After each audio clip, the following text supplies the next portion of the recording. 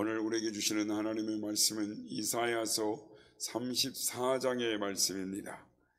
이사야서 34장 1절에서 17절까지의 말씀, 조금 깁니다마는 한 문맥으로 다 이어져 있어서 이사야서 34장 1절에서 17절 말씀까지 교독하시고 마지막 절은 함께 합독하시겠습니다.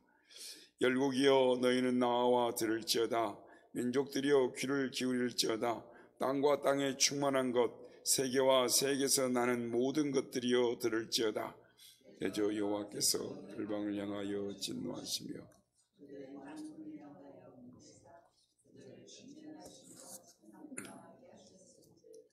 그 살육당하는 자는 내에 던지바 되며 그 사체에 악취가 솟아오르고 그 피에 산들이 녹을 것이며 하늘의 만상이 사라지고 하늘들이 두루마같이 말리되 그 만상이 쇠전함이 포도나무 잎이 마른 같고 무화과 나무 잎이 마른 같으리라.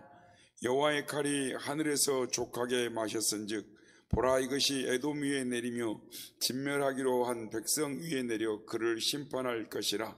여호와의 칼이 피 곧 어린 양과 염소의 피에 만족하고 기름금 곧 순양의 곡막 기름으로 윤택하니 이는 여호와를 위한 이생이 보스라에 있고 큰 살육이 에돔 땅에 있음이라. 들소와 송아지와 숫소가 함께 도달장에 내려가니 그들의 땅이 피에 취하여 흙이 기름으로 윤택하리라. 여호와께서 보복하시는 날이요 시온의 송사를 위하여 신원하시는 해라. 에돔의 시내들은 변하여 역청이 되고 그 티끌은 유황이 되고 그 땅은 불붙는 역청이 되며 낮에나 밤에나 꺼지지 아니하고 그 연기가 끊임없이 떠오를 것이며 세세 왕모하여 그리로 지나갈 자가 영영이 없겠고 당아새와 고슴도치가 그 땅을 차지하며 부엉이와 까마귀가 거기에 살 것이라. 여호와께서 그 위에 혼란의 줄과 공허의 줄을 들이우실 것인즉 그들이 국가를 이으리하여 귀인들을 부르되 아무도 없겠고 그 모든 방백도 없게 될 것이요 그 궁궐에는 가시나무가 나며 그 견관성에는 엉겅퀴와 새품이 자라서 승냥이의 굴과 타조의 처소가 될 것이니 짐승이 이리와 만나며 순염소가 그 동류를 부르며 올빼미가 거기에 살면서 쉬는 처소로 삼으며 부엉이가 거기에 깃들이고 알을 낳아가서 그 그늘에 모으며 솔개들도 각각 제 짝과 함께 거기에 모이리라. 책에 찾아서 읽어보라. 이것들 가운데서 빠진 것이 하나도 없고 제 짝이 없는 것이 없으리니 이는 여호와의 입이 이를 명하셨고 그의 영이 이것을 모으셨음이라. 다 함께요. 여호와께서 그것들을 취하여 제비를 뽑으시며 그의 손으로 줄을 띄어 그 땅을 그것들에게 나누어 주셨으니 그들이 영원히 차지하며 대대로 거기에 살리라. 아멘. 할렐루야. 오늘도 우리 예배 가운데 함께 하신 주님을 찬양합니다. 그리고 새벽을 깨워 기도의 향연으로 나오신 모든 성도님들께 하나님의 은혜와 평강이 함께 하시기를 기원드립니다. 오늘의 말씀은 이사야 선지자가 예언한 내용인데 1차적으로는 에돔에 관한 예언이지만 궁극적으로는 여호와의 날, 즉 예수 그리스도가 임재하시는 심판하는 날, 종말의 때에 대해서 말씀을 합니다. 그리고 오늘 등장한 에돔은 하나님과 그의 백성을 대적하는 사탄의 세력을 의미하는 것입니다. 그런데 오늘 말씀을 보면 난제 구절이 있습니다. 먼저 이 난제 구절을 말씀을 정리해야 오늘 본문 전체가 이해가 되는 것입니다. 이 난제 구절을 풀어내고 난 후에 한 절 한 절씩 말씀을 살펴보면서 교훈을 받고자 하는 것입니다. 오늘 본문의 난제는 에돔이 누구냐와 16절에 제 짝이 없다는 말씀을 이 성경 전체로 확대할 수 있느냐라는 내용인 것입니다. 오늘 보면 1절 말씀을 보면 우리가 읽었던 대로 이미 열국이여 너희는 나와 들을지어다 라고 했기 때문에 에돔이 열국을 의미한다라는 것을 알 수가 있습니다. 그러니까 하나님을 거역하는 세상의 세력들, 세상의 상징적인 이름으로 에돔을 쓴 것입니다. 그런데 문제는 이 전체적인 내용을 이해하는 데 있어서 16절의 내용이 이해가 안 되면 오늘 말씀 전체가 이해가 안 되는 것입니다. 16절 내용에는 가끔 이 16절의 내용의 말씀을 들어서 성경은 모두 짝이 있다고 주장하는 무모하는 사람들이 아마 들어보셨을 겁니다. 영적으로 그렇다라고 말을 하면 할 말이 없습니다만은 성경을 모두 짝이 있다라는 말 하니까 성경 신약에 있는 내용과 구약에 있는 내용이 짝이 다 맞다. 성경 66권에 짝이 있는 것처럼 다 탈탈 털어서 이 짝을 맞추는 것에 이 짝을 맞추는 것. 그러니까 그래서 이단이 나오는 것입니다. 비유풀이니 여러 가지 이유가 나오는 것이 이 짝이 없는 것이 없다라는 말을 들어서 이런 내용들이 한국교회에 악영향을 미치고 있다라는 것입니다. 그러니까 이 제 짝이 없는 것이 없다라는 이 한 구절을 가지고 성경 전체에 짝이 있다고 믿는 것 참 대단한 것입니다. 그러니까 성경의 전체적인 내용을 모르면 이렇게 무모하게 성경을 해석하게 되는 것입니다.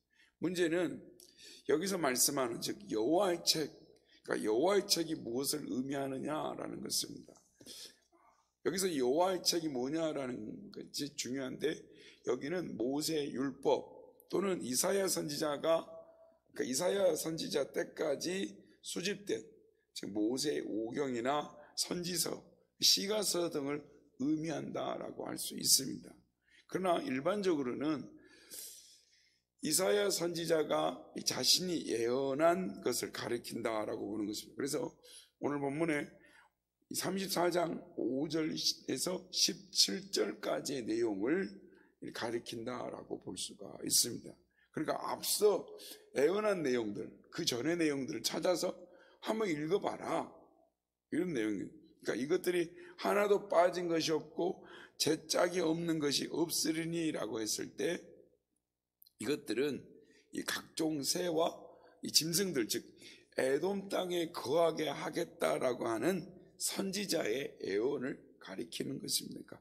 빠진 것이 없다라는 건 무슨 말이냐면 선지자를 통한 하나님의 그 예언의 말씀이 확실하게 그리고 완전하게 이루어질 것이다 라는 것이니까 하나도 그 짝이 없으리니 라는 말씀은 이사야 선지자의 이 예언의 말씀이 확실하게 이루어질 거는 성취의 확실성을 재차 강조하는 말씀. 즉 이사야는 자신의 예언의 성취를 가리켜서 짝이 없는 것이 없다.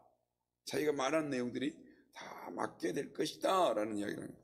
그러니까 본문을 좀 더 그러면 이런 근거가 어디 있느냐? 우리 권사님들 우리 또 이렇게 들으셔서 옛날에 봉사 목사님들 붕에 가서 그런 이야기 진짜 많이 들었는데 목사님 무슨 근거로 지금 말씀을 하실까?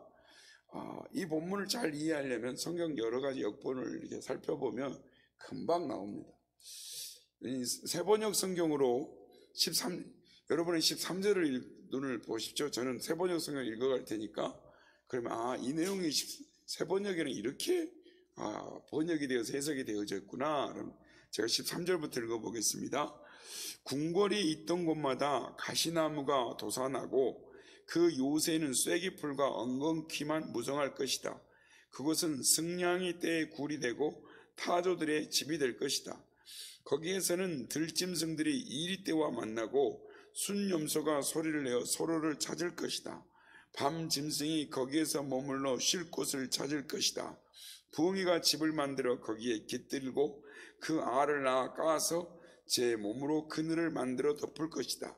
솔개들도 제 짝과 함께 그리로 모일 것이다. 16절입니다. 주님의 책을 자세히 읽어보아라. 이 짐승들 가운데서 어느 것 하나 빠지는 것이 없겠고 하나도 그 짝이 없는 짐승은 없을 것이다. 주님께서 친히 입을 열어 그렇게 되리라고 명하셨고 주님의 영이 친히 그 짐승들을 모으실 것이기 때문이다. 17절입니다. 주님께서 친히 그 짐승들에게 땅을 나누어 주시고 손수 줄을 그어서 그렇게 나누어 주실 것이니 그 짐승들이 영원히 그 땅을 차지할 것이며 세세토록 거기에서 살 것이다. 이렇게 세 번역은 이렇게 해석이 되어 이렇게 번역이 되어 있습니다. 그러니까 에돔 땅에 살게 되는 짐승들이 어떻다고요? 앞에 있는 쭉 내용들이 하나도 짝이 없는 동물이 없다. 다 짝이 있다. 그만큼 에돔이 황폐하게 될 것이다. 짐승들이 거하는 이 성경에 나오는 내용들은 이 사람들이 살지 않는, 사람들이 사는 가까이 사는 동물들이 아닙니다. 그런 동물들이 이 짝을 지어서 살겠다. 그러니까 하나님께서 그렇게 하시겠다. 에돔이 황폐해져서 짐승들의 거처가 된다라는 그 예언을 말씀하시는 것입니다. 그러니까 성취가 된다는. 그래서 여호와의 책은 이 앞에 단락 내용들을 이야기하는 겁니다. 16절 이전에 있는 내용들. 그래서 짝은 이 성경 구절을 이야기하는 게 아니고, 짝은 사실 성경 문맥에 보면 짐승들, 당하새, 부엉이, 타조, 이리떼, 승냥이 그런 동물들이 다 사는데 한 마리도 제 짝이 없는 동물이 없을 거다. 그러면 그 동물들이 사는 세상, 짐승들이 사는 곳이 될 것이다. 그래서 이 말씀을 성경이 전부 짝이 있다, 성경 전체로 이것을 해석해서 말을 하게 되면 그 당시에는 번역 성경이 없었어요. 그러니까 이 굉장히 무모하고 어떻게 보면 알지 못하는 무식한 심각한 성경의 오류를 해석을 한 것입니다. 그러니까 문맥을 쭉 읽어보면 그렇게 해석할 수가 없는 겁니다. 근데 이제 어려운 문제, 난제를 해결했으니까 말씀을 조금 정리해 보겠습니다. 1절부터 15절은 에돔으로 대표되는 모든 이 반역적이고 사단의 세력에 속해 있는 모든 열방들에게 하나님의 진노의 심판이 있다라는 것이고, 그 후에 심판의 결과는 비참할 것이다. 1절부터 2절부터 쭉 나오는 내용들이 비참한 결과에 대해서 나옵니다. 그래서 이사야는 하늘을 포함한 모든 피조세계, 그러니까 열국과 민족들과 땅에 충만한 모든 것들에게 심판이 임하게 될 것이다. 그러니까 그 날에, 하나님의 신원하시는 날에, 보수하시는 날에 그렇게 될 것이다 라고 합니다. 그러면서 민족들은 심판의 대상들이지만 또한 에돔이 심판당하는 것들의 증인들, 증거자로 될 것이다. 그래서 이중적인 역할을 하게 될 것이다 라고 말하는 겁니다. 그래서 민족들은 이사야 선지자, 특별히 이스라엘 백성들의 이방 민족들에 대한 전통적인 이해에 따라서 심판이 붙여지지만, 다른 한편으로는 그 이방 민족들은 이 결정된 심판을 보면서 에돔의 멸망을 보고 깨닫고 돌이키면 구원의 길을 찾을 수도 있을 것이다 라고 말을 하는 거죠. 그래서 민족들이 에돔의 경우를 보고 타산지석을 삼으면 심판을 피할 수 있다라고 말씀하는 것입니다. 그래서 하나님이 심판을 하실 때 어떤 내용이 나오냐면 4절에 보면 하나님께서 이 진멸하는 전쟁의 내용에 보면은 하늘이 어떻게 된다고 말합니까? 이 펼쳐진 휘장이 옛날에 뭐 천막이라든지 구약에 이렇게 표현했는데, 이 부분에는 이 두루마리가 쓰인 글처럼 된다. 하늘이 성경에 이 표현이 나오는데 뭐냐면, 이제 요한계시로 보면 땅이 말리는 내용이 나오거든요. 근데 여기는 하늘이 글 쓴 두루마리처럼 말려버린다는 거예요. 그러니까 완전히 심판이, 멸망의 이 철저함을 말하니까 막 칼이 막 내려온다, 뭐 불꽃이 내려온다, 이런 내용들이 1절 4절 내용이 나오는데 그런 내용이 나오는 것입니다. 그래서 뭐 마름이 포도나무의 잎사귀 마른 것처럼 다 말라버릴 것이다. 뭐 보스라가 에돔의 해발 1000m 이상의 높은 도시입니다. 에돔의 수도인데 그곳에 아무나 들어올 수 없는 곳인데, 그럼에도 하나님이 그들을 이 짐승의 피로 땅을 적셔버릴 것이다. 그렇게 하나님께 멸망을 시켜버릴 것이다 라는. 그래서 에돔의 멸망은 어느 정도냐면 하나님의 심판을 받아서 사해, 즉 소돔과 고모로 땅이라고 말했던 사해 심판보다 더 그 이상으로 망하게 될 것이다.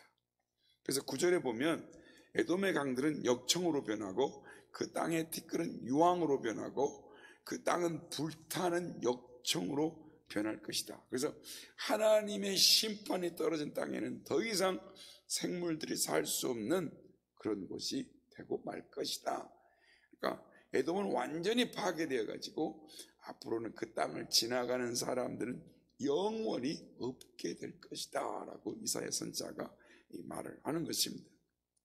그래서 이 11절부터 15절의 내용을 보면 이 땅은 목자들이 양떼들을 먹이는 이 초지로도 사용되지 못하는 광폐한 곳, 들짐승이나 살만한 곳으로 들짐승들이 차지하는 곳이 될 것이다 라는 게 11절부터 15절까지의 내용입니다.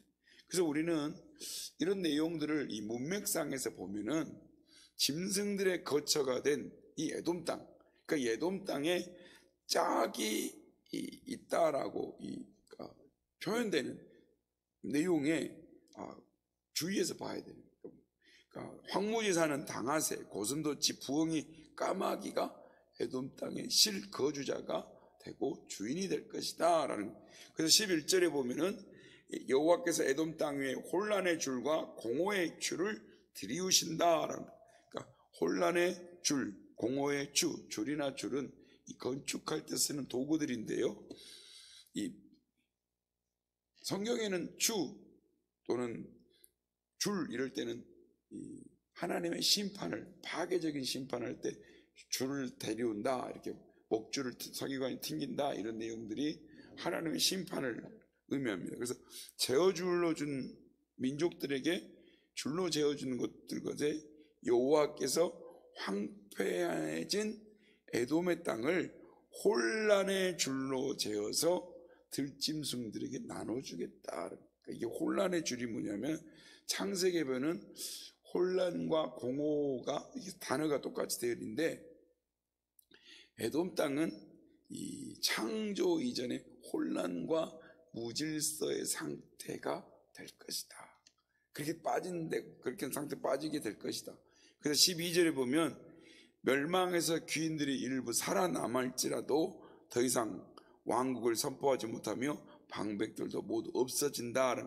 그래서 심판으로 폐허가 된 에돔은 재건되지 못하고 영원히 폐허로 남게 될 것이다. 그래서 역사에서 완전히 사라지게 될 것이다 라고 말합니다. 그래서 15절에 부엉이가 거기에 깃들고 알을 낳아 까서 그 그늘에 모이며 솔개들도 각각 제 짝과 함께 모이리라.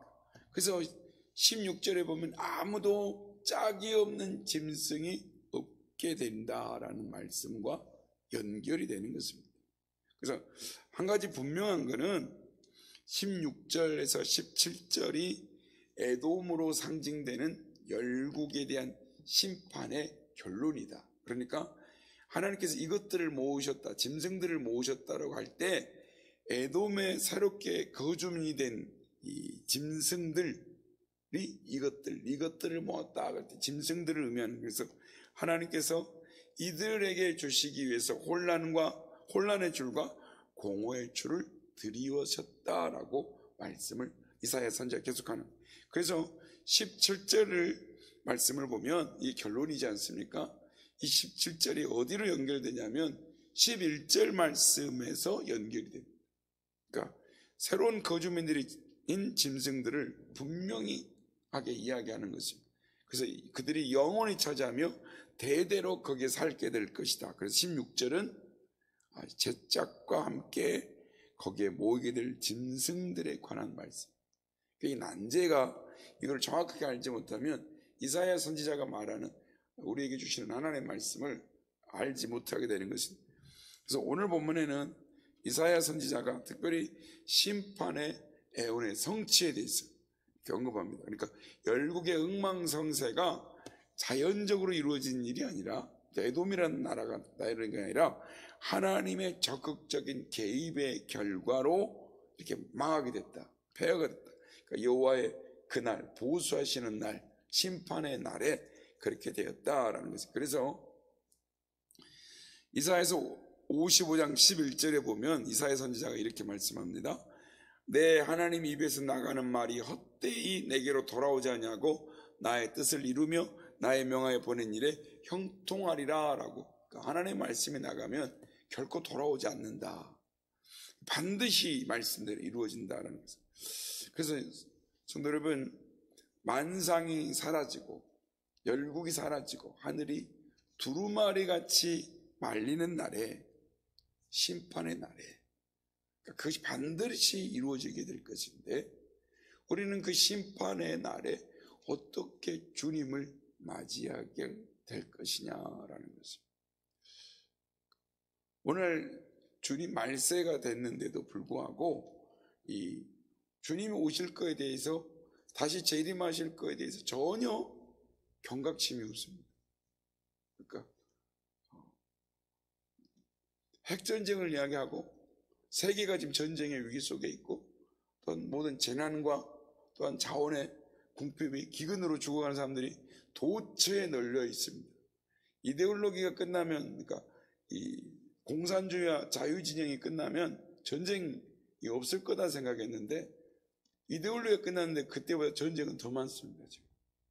그러니까 전혀 이런 시대에 주님이 곧 재림하실지도 모른다는 경각심이 없습니다. 그러니까 주님이 오실 때 우리는 어떤 모습으로 주님을 맞이할 것인가? 오늘 말씀 앞에서 깨어있는 신앙의 모습으로 살아가는 우리가 되기를 원합니다. 깨어있어서 주님을 맞이할 수 있는 하나님의 사람들, 믿음의 신앙을 가져가는 우리 모두가 되시길 주의 이름으로 축복합니다.